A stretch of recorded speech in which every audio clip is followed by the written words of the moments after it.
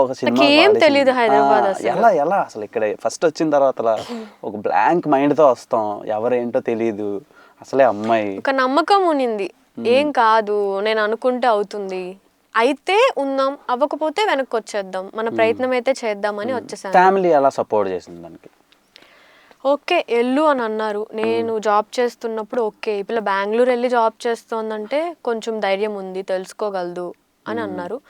So ఇట్లా పుష్పలో వచ్చింది mummy అంటే ఓకే పెద్ద సినిమా కదా, పెద్ద మూవీ కదా, పిచ్చి పిచ్చి ఏం చేయట్లా కదా నువ్వు. చూస్తారా మీ పేరెంట్స్ సినిమాలు? మా డాడీ చిన్నప్పుడు నన్ను అసలు ఇలా స్కూల్కి వెళ్తే మా మమ్మీ బాయ్ అంటే మా డాడీ అలా సినిమాకి తీసుకెళ్ళిపోయాడు. మళ్ళీ ఈవినింగ్ స్కూల్ అయిపోయే టైంకి ఇంటికి తీసుకొచ్చాడు. ఎప్పుడు సినిమాలే చిన్నప్పటి నుండి థియేటర్లో. ఇప్పుడు తగ్గించా సినిమాలు చూడడం, చిన్నప్పుడు చూసాను. ఇప్పుడు సినిమాలు చేసేస్తున్నాం.